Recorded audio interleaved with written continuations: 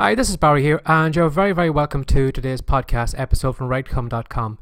And today I thought we'd take a look at why you should be looking at your web statistics. And in this episode, I thought we'd have a look at 3 reasons why you should be watching your web stats. And it is not for the obvious reasons maybe that you might be thinking of.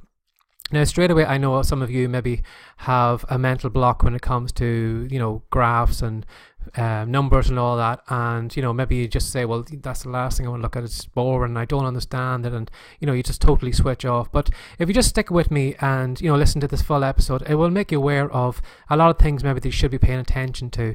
A lot of things that are going to help you save time. It's going to save you effort. And you're going to find out, what's working and what's not working. But by not going into the web stats, you're just totally, you're shooting in the dark and you don't know what's working and not, what's not working. So, for example, the first reason why you should be paying attention to your web stats is to check to see how you're making progress. If you went into your web stats right now and you've seen that you had 100 people come to your website last month and this month you've got 200 people, straight away you can see, you've doubled up your traffic. There seems to be a growing path here. And maybe the next following month, maybe you've doubled it up again and then all of a sudden you've gone to 400. So you can see straight away you're making progress. On the outside, you could be creating that content, you're giving away free reports, and maybe you're going to all these different places, letting people know that the blog or the website exists. And on the outside, it mightn't seem like you're getting anywhere. It seems like you're just kind of shouting into an empty room. But if you go into the web stats and have a look and see, you can see straight away, well, this page here seems to be the most popular page. You can see, for example, if you're writing blog posts, you can see straight away what are the most popular blog posts that month. Maybe you might find out maybe that the content you're creating this past couple of days isn't what people are interested in. If you go back and have a look at the web stats, maybe you'll see that some of the content you created in the very, very beginning was what people were interested in. Maybe they want to speak about that topic, maybe that you have gone off tangent on, that isn't the main topic of your thing. And maybe you could, steer your blog or your website in that direction because of that, because that's what people seem to be interested in. But if you don't go into your web stats, you won't actually know if you're making the progress. If you're, for me, I use the web stats more as a motivating thing and it gives me a goal to aim for. For example, if I had a couple of, say maybe 1,000 people come to the website over the month, next month I'm going to see if I can double it up, or even the daily counts. Can I increase the daily counts, people coming to it? And it gives you something to aim for. But by just kind of throwing up content over and over again, over time, it can get very disheartening. Are you making any progress? And for a lot of people, if they don't go in and have a look and see what is actually going on under the hood, they don't actually, they don't know what's going on. And for them, they get very disheartened and they can just toss it away and just say, here, I couldn't be bothered. Blogging wasn't for me. I wasn't making any progress with it. And, if they had spent a few moments just going in maybe once a month, having a look at see what is working, what is the most popular content, is my daily traffic going up? Is my monthly traffic going up? In one way, it's motivating like that. But if you find maybe that it's going the other way, maybe, for example, if your traffic is going down and down for some reason, well, then it opens you up, it opens your eyes up to that problem that's coming up. Why is that traffic decreasing? Am I putting the right content on? Is there something wrong with my blog? Is maybe Google's taken away maybe some of the articles were driving all the content? Maybe they've changed the algorithm or something like that, and then I'm losing it because of it. But by not going in and having a look at the web stats, even once a month, as I said, you never know what is going on unless you look under the hood. Another reason then you should have a look at your web stats is to see what's working. If you're doing a book promotion, if you're doing maybe guest post blogging, commenting on other people's blogs, whether it's forum posting, whether it's creating content for Instagram, whether it's Facebook or something like that, which one is working for you? Which is driving the traffic to your website? Which is the best? Where are you getting the best bang for your buck? What is the effort that you're spending? Is it worth your while answering all them questions in that forum because nobody's going over to your website? And it's only by going in and have a look at your website's stats you can actually see where are the sources of traffic from. Are you getting more people coming from forums, or are you having more people come from Google? Have you got more people come from Instagram, or have you got more people from Pinterest? And by having a look at these web stats, you can see where your audience is. Is your audience on Instagram? Is it on Pinterest? Are they searching for you in Google? Or maybe you can help more people out on forums, and that's where where your traffic is going to come from. For example, in my own case, I had heard from a well-known marketer, to go to the website Quora, I think it's called. It's Quora, and it's something like Yahoo Answers. People come on, they ask a question, and then you jump on, and then you answer a question. And then over time, then you kind of build a little bit of name for yourself. And, when people see your name coming up over and over again, they're inclined to have a look, maybe to check it more, because you seem to know what you're talking about. So they might actually go over to the website or the blog or whatever it is. So in that case, you would go to that website, you would answer as many questions as you could, questions that you had answers to. And, you would drive a little bit of traffic from that website over to your blog. And I had done that for a while. And for example, if I look up now, I think I have 242 answers that I answered on that website. And I actually had, when I look in my dashboard on the website, on the Quora website, I was actually a top writer in 2018 because I'd answered so many questions.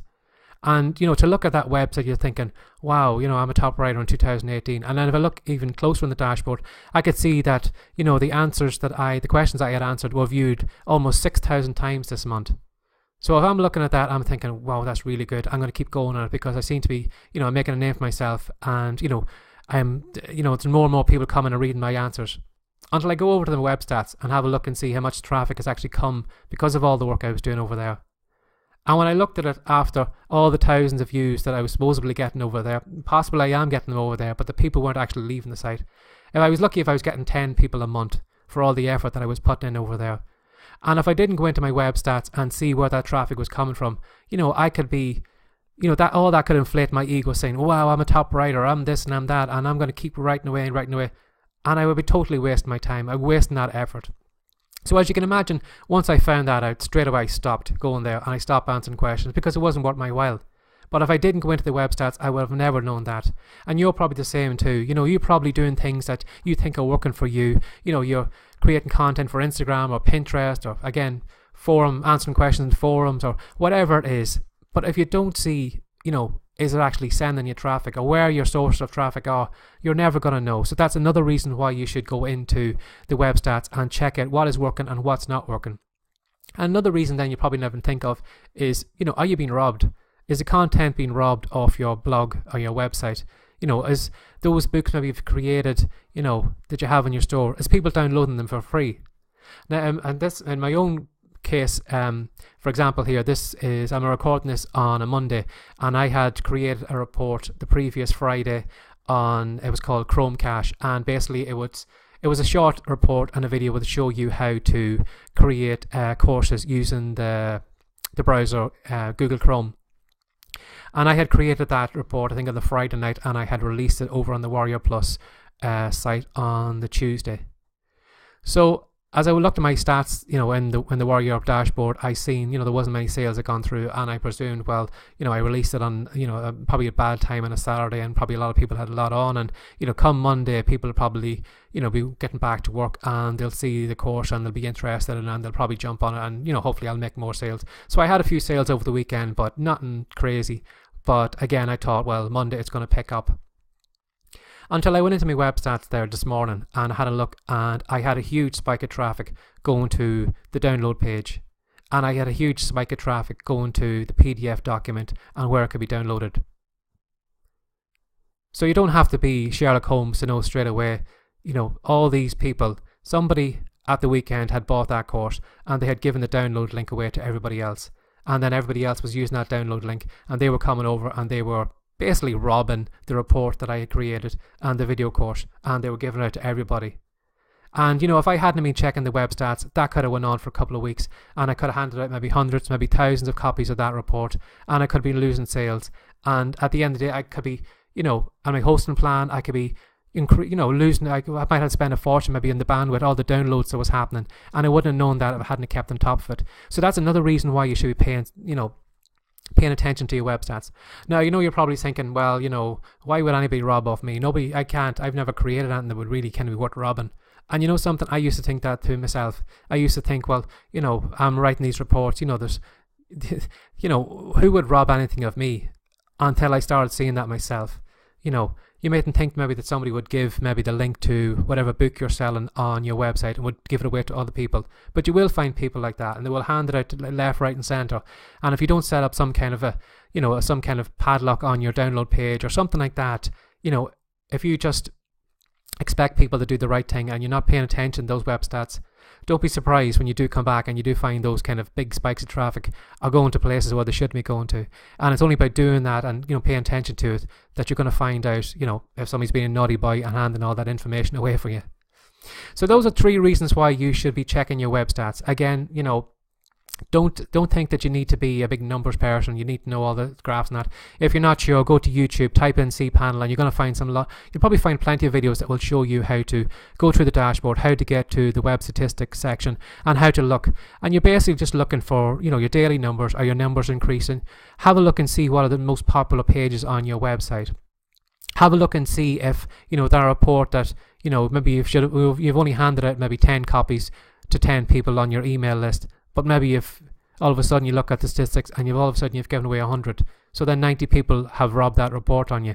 But it's only by going and have a look at, daily traffic, most popular pages, where's your traffic coming from, that you can actually see, where your time, your effort and your money is going and what you should be focusing on. So I hope you enjoyed this podcast episode. I hope it has opened your eyes to some of the things that you should be checking out, and I hope you do check it out, because it is really worthwhile keeping on top of things like that, because it can really open your eyes up to what's going on your website. So if you enjoyed this episode, I'd really appreciate it if you would share it with one more person, or send a tweet or a like or something, put it out on Facebook, or just let more people know that I exist and what you've learned on the podcast. And again, as always, thanks for sharing your time with me today. Again, if you could go over to iTunes and leave a quick review, it'd be really, really appreciated. So take care and have a great day. Bye-bye.